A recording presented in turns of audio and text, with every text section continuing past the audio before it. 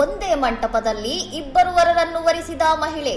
ಥೈಲ್ಯಾಂಡ್ನಲ್ಲಿ ನಡೆದ ವಿಚಿತ್ರ ವಿವಾಹಕ್ಕೆ ಸಾಕ್ಷಿಯಾದ ಕುಟುಂಬಸ್ಥರು. 37 ವರ್ಷದ ಥಾಯ್ ಮಹಿಳೆ ಡುವಾಂಗ್ ಡುವಾನ್ ಕೆಟ್ಸಾರೋ ಎಂಬಾಕೆ ಆಸ್ಟ್ರಿಯಾದ ಇಬ್ಬರು ನಿವೃತ್ತ ಪೊಲೀಸ್ ಅಧಿಕಾರಿಗಳನ್ನು ಏಕಕಾಲದಲ್ಲಿ ಮದುವೆಯಾಗುವ ಮೂಲಕ ಎಲ್ಲರ ಹುಬ್ಬೇರಿಸಿದ್ದಾರೆ.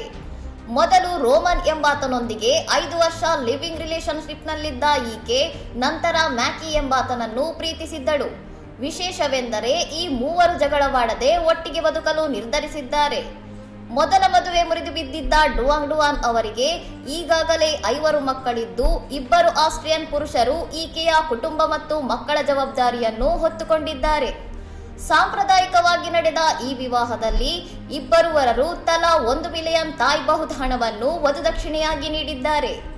ಕುಟುಂಬದ ಬೆಂಬಲ ಮತ್ತು ಇಬ್ಬರು ಸಂಗಾತಿಗಳ ಬದ್ಧತೆಯನ್ನು ಕಂಡು ಸಂಬಂಧಿಕರು ಈ ಅಸಾಮಾನ್ಯ ವಿವಾಹಕ್ಕೆ ಒಪ್ಪಿಗೆ ನೀಡಿದ್ದು, ಆಪ್ತ ಸ್ನೇಹಿತರ ಸಮ್ಮುಖದಲ್ಲಿ ಮದುವೆ ನೆರವೇರಿದೆ.